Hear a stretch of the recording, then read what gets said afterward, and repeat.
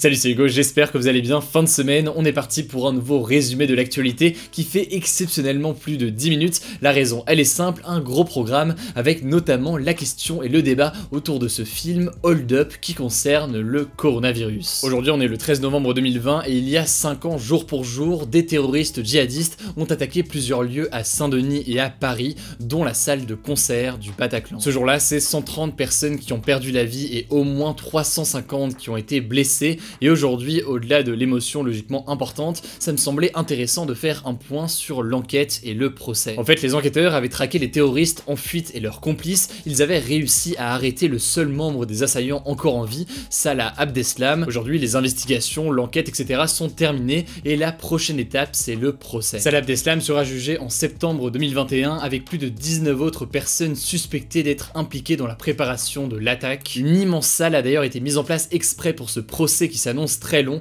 puisque le dossier représente plus de 1 million de pages de documents. Voilà donc au-delà du très important hommage et de l'émotion logiquement présente aujourd'hui, notamment pour les proches des victimes, ça me semblait important de faire un point sur cette enquête et sur le procès qui vient. Si jamais ça vous intéresse et que vous voulez plus d'informations, je vous mets des liens directement en description. Deuxième sujet en France, avant de parler du documentaire Hold Up sur le coronavirus, je voulais vous parler des révélations sur un syndicat lycéen. Le syndicat Avenir Lycéen, il a été créé il y a à peine 2 ans, il a la réputation d'être plus proche du gouvernement que la plupart des autres syndicats lycéens. Le truc c'est que cette semaine, il fait l'objet d'une enquête du site Mediapart concernant ses dépenses et notamment l'argent qu'il a reçu de la part du ministère de l'Éducation nationale. Alors ça en l'occurrence c'est assez fréquent, comme tous les syndicats de lycéens, Avenir Lycéen reçoit de l'argent de la part de l'Éducation nationale, c'est ce que l'on appelle des subventions et ça vise à les aider à jouer leur rôle de défense des lycéens, dans les lycées évidemment mais aussi dans les différents conseils, que ce soit le CNVL, le CSE, etc. En 2019, le syndicat a donc reçu 60 000 €, ce qui devait leur permettre d'organiser un congrès fondateur,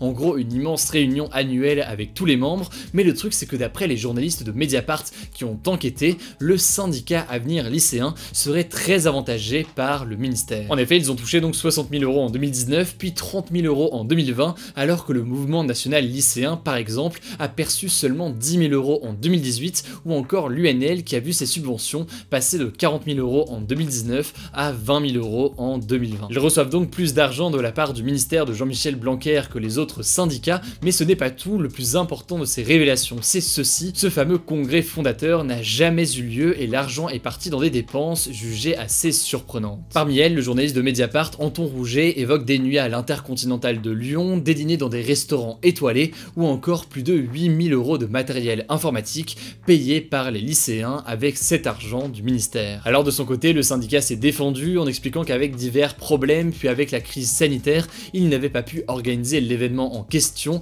et que l'argent est donc parti dans des frais de déplacement pour aller à la rencontre des membres du syndicat partout en France. Bref, vous l'aurez compris, ces révélations laissent penser que le gouvernement et le ministère pourraient dans ces subventions avantager Avenir Lycéen, le syndicat qui leur est le plus favorable. Je vous mets des liens directement en description si ça vous intéresse. Enfin, dernier sujet en France, je voulais vous parler d'un documentaire sur le Covid-19 qui est sorti mercredi et qui fait beaucoup parler. Ce documentaire, qui a été réalisé par le journaliste Pierre Barnerias et financé via des plateformes de crowdfunding, il s'appelle Hold Up, retour sur un chaos, et il s'attaque, pour faire vraiment très simple, on va rentrer dans le détail après, aux mesures prises contre la crise du Covid-19. Pendant 2h40, plusieurs intervenants sont interviewés, des scientifiques, des journalistes, mais aussi des politiques. On trouve par exemple l'infectiologue hostile au gouvernement Christian Péronne, ou encore l'ex-député de La République En Marche, Martine Vonner, qui est notamment contre le port du masque aujourd'hui. Mais alors de quoi ça parle concrètement? En fait, les intervenants reviennent sur plusieurs interrogations, comme l'origine du virus, qui aujourd'hui n'est toujours pas tranchée, ou encore sur les discours contradictoires des autorités sanitaires sur le port du masque,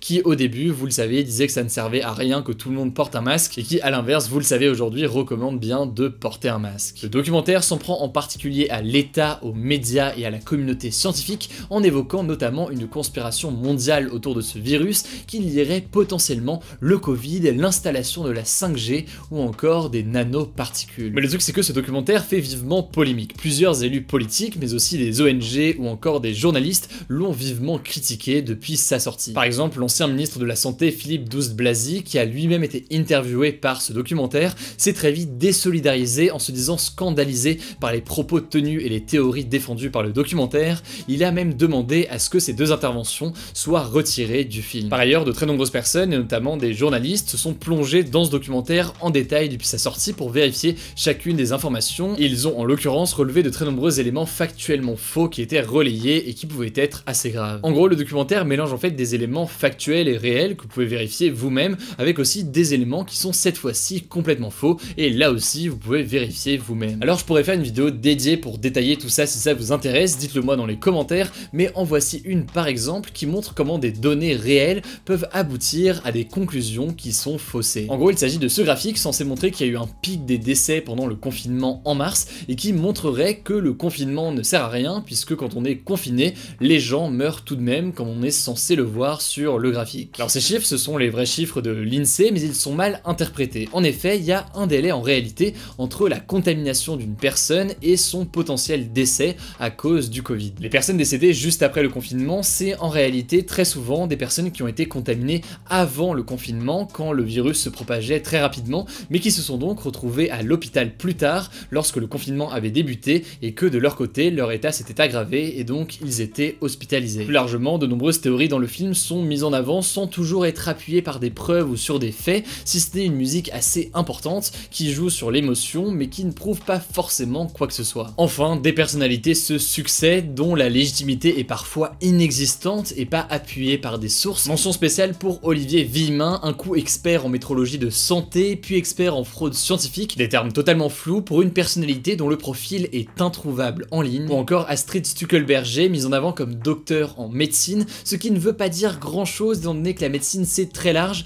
mais qui en réalité serait spécialisée dans la médecine anti-âge, comme le rapporte très bien Numérama. Alors à titre personnel, je suis persuadé que c'est totalement sain et légitime de se poser des questions et de ne pas prendre sans remise en question ce que va dire un politique, un média ou autre. C'est vital de vérifier les propos d'un politique, c'est vital de vérifier le traitement fait par un média, mais c'est en réalité vital d'avoir ce regard sur tout ce que l'on voit, y compris sur internet. Et sur internet, on a une grande diversité de contenus, c'est tant mieux, c'était pas le cas avant et ça permet de libérer plusieurs paroles, mais faisant en sorte de garder cette même approche critique sur tous ces types de contenus. Comme je l'ai dit, ce film présente des choses qui factuellement sont vraies, mais présente aussi des choses qui factuellement sont fausses, et qu'on peut même considérer comme des erreurs qui sont très graves quand on voit la portée qu'a le film aujourd'hui. La vigilance légitime que l'on a quand on écoute un ministre par exemple, on doit donc l'avoir aussi pour un film comme Hold Up, et il faut faire très attention à garder cet esprit critique tout le temps. Et d'ailleurs cet esprit critique, je vous invite aussi à l'avoir sur moi et sur les contenus qu'on peut faire au quotidien. Chaque jour avec mon équipe on fait en sorte de publier des informations vérifiées,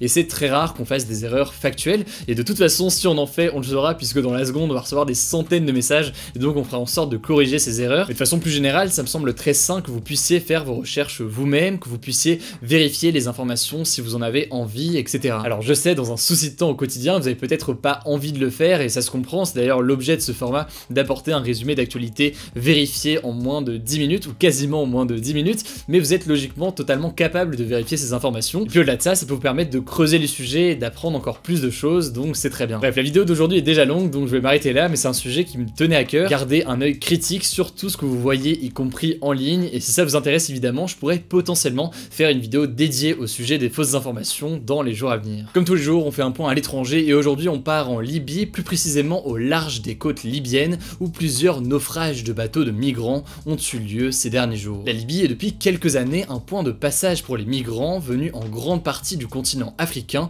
et qui veulent se rendre en Europe. Il y a donc souvent des bateaux pneumatiques qui partent de la Libye pour traverser la Méditerranée et atteindre les côtes italiennes ou encore grecques, mais le truc c'est que ces bateaux ne sont pas du tout solides et très souvent ils n'arrivent pas à faire la traversée complète et se retournent dans l'eau à cause du courant. Alors l'ONG Open Arms, qui secourt tous les jours des embarcations de migrants en mer, a diffusé hier la vidéo d'un sauvetage qui a eu lieu mercredi. On y voit une mère appeler à l'aide car elle a perdu son bébé.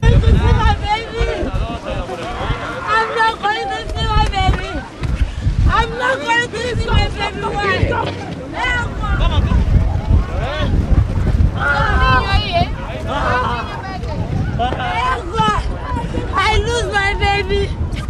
Why me? Why my baby? Why my baby?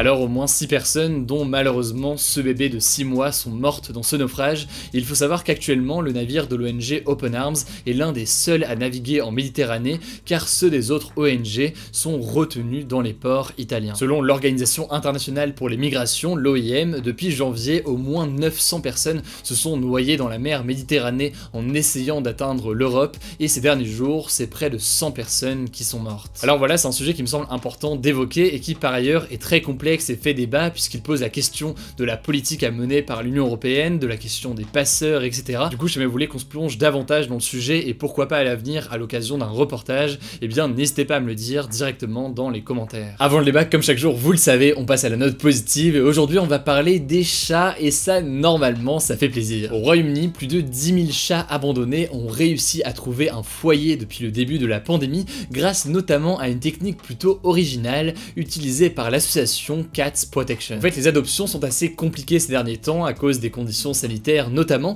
mais cette association de protection animale a eu l'idée de faire rencontrer les chats et leurs potentiels futurs adopteurs par des envois de vidéos du chat à ce potentiel adopteur. Par ailleurs, si la famille souhaite adopter l'animal pour éviter tous les déplacements, l'association s'occupe de le transporter jusqu'à sa nouvelle maison. Bref, vous l'aurez compris, en cette période assez particulière, les organisations de défense des animaux aussi s'organisent pour faire face à la situation actuelle.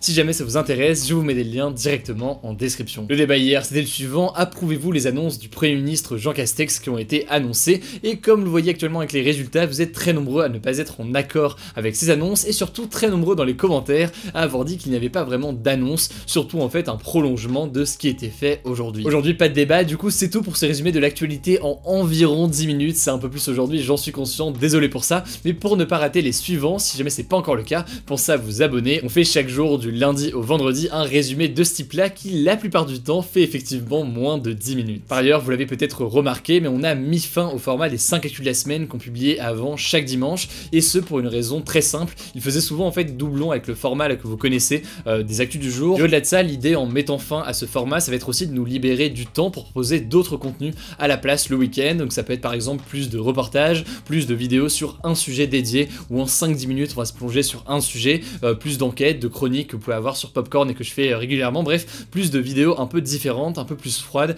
que ce qu'on peut faire dans le format des actus du jour, histoire de creuser les sujets. Enfin, vous le savez, si jamais vous tenez à avoir un résumé de l'actualité quotidien du lundi au dimanche, ça se passe directement sur Instagram. Vous êtes plus de 700 000 là-bas à suivre nos résumés quotidiens de l'actualité qui se lisent en moins d'une minute. Si jamais c'est pas encore le cas, le nom du compte c'est Hugo Décrypte. Voilà, écoutez, je crois que j'ai tout dit, prenez soin de vous, passez un bon week-end, on se dit à dimanche pour un nouveau reportage ou alors lundi pour la reprise des actus du jour.